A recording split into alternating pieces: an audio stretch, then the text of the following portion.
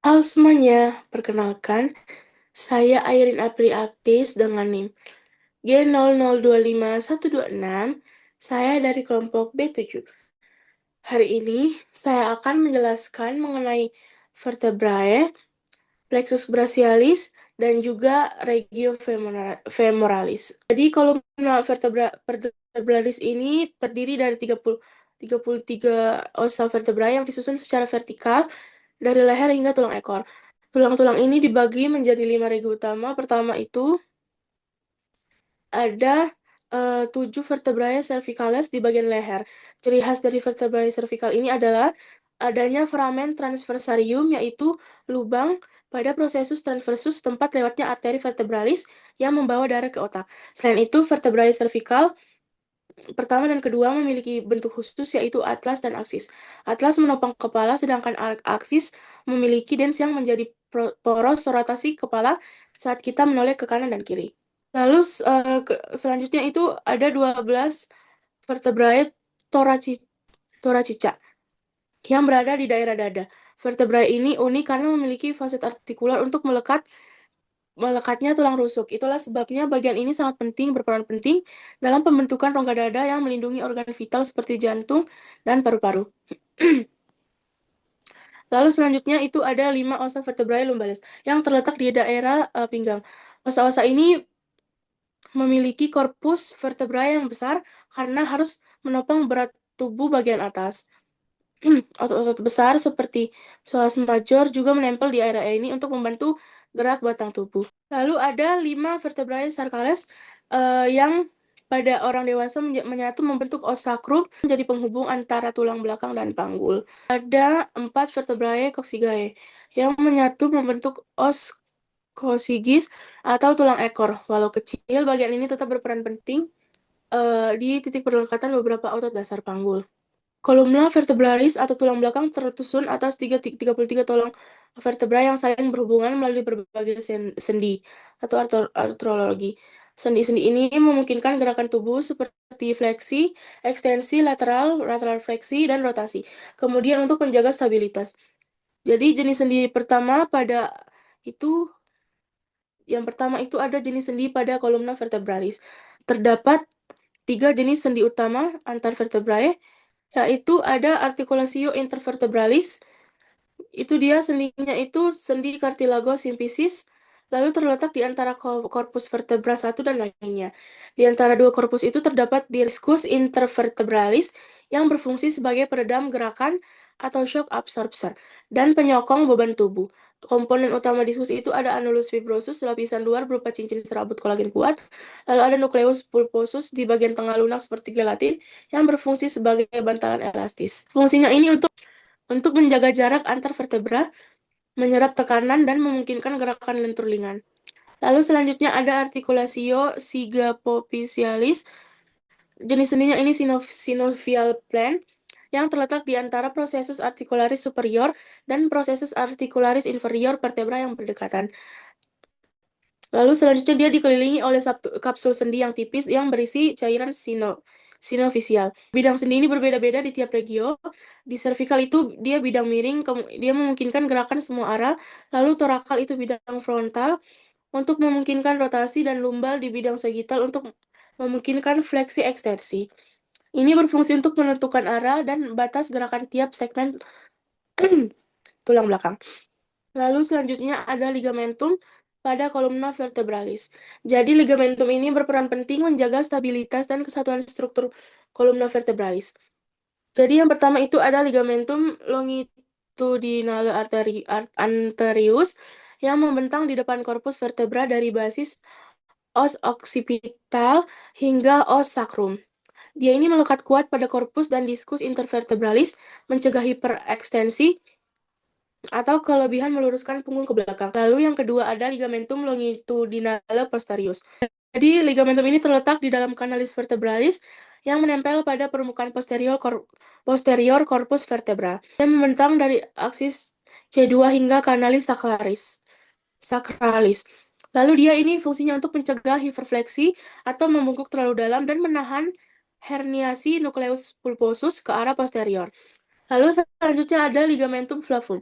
Dia ini berfungsi untuk menghubungkan lamina vertebra yang berdekatan. Lalu selanjutnya dia ini berwarna kuning karena kandungan serat elastin tinggi. Lalu dia untuk membantu menegakkan postur tubuh setelah fleksi. Lalu selanjutnya ada ligamentum interspinale, itu terletak antara processus spinosus vertebra yang berdekatan. Dia itu membatasi fleksi berlebihan atau membungkuk ke depan. Lalu selanjutnya ada ligamentum supraspinale. Dia ini terletak di puncak processus spinosus hingga C7, dari C7 hingga sacrum. Di regio cervical bagian atas berlanjut menjadi ligamentum nuchae. Ligamentum ini berfungsi untuk menjaga posisi tegak tulang belakang saat berdiri. Lalu yang terakhir itu ada ligamentum intertransversarium.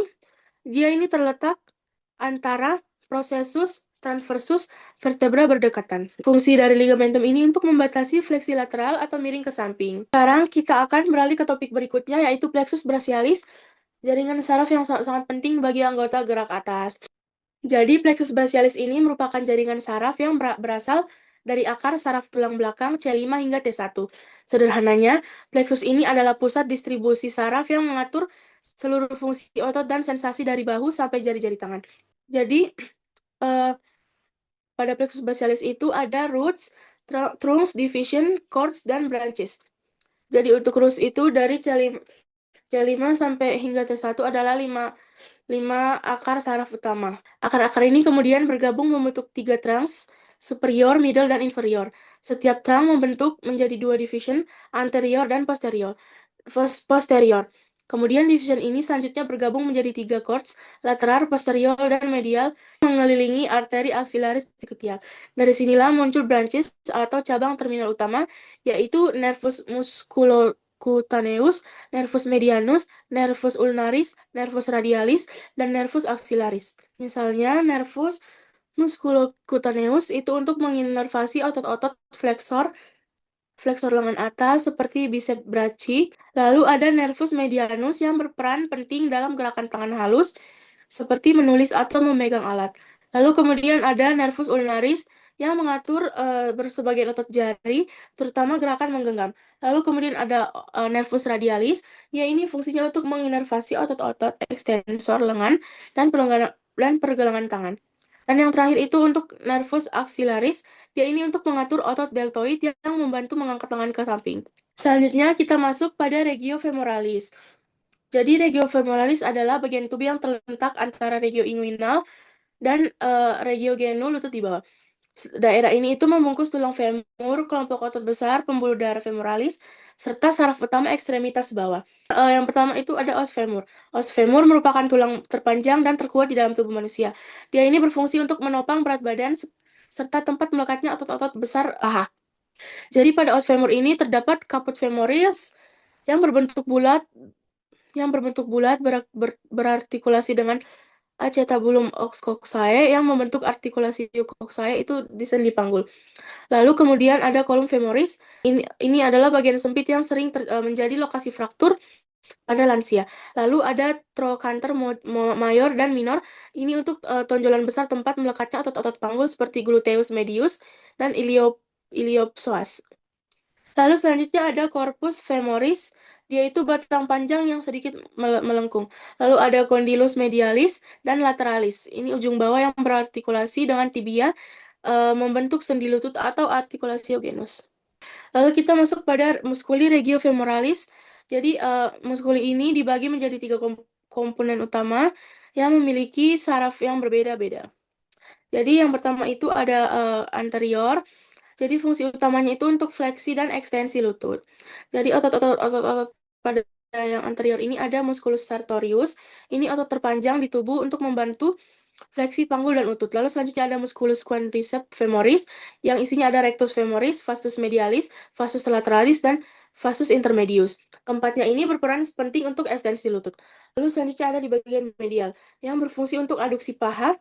Jadi otot-otot pada kompartemen medial ini ada musculus gracilis, musculus adductor longus, musculus adductor brevis, musculus adductor magnus, dan musculus pectineus. Selanjutnya yang di bagian posterior itu berfungsi untuk ekstensi panggul dan fleksi lutut. Misalnya ada musculus biceps femoris, musculus semitendinosus, lalu selanjutnya ada musculus semimembranosus. Lalu selanjutnya inervasi.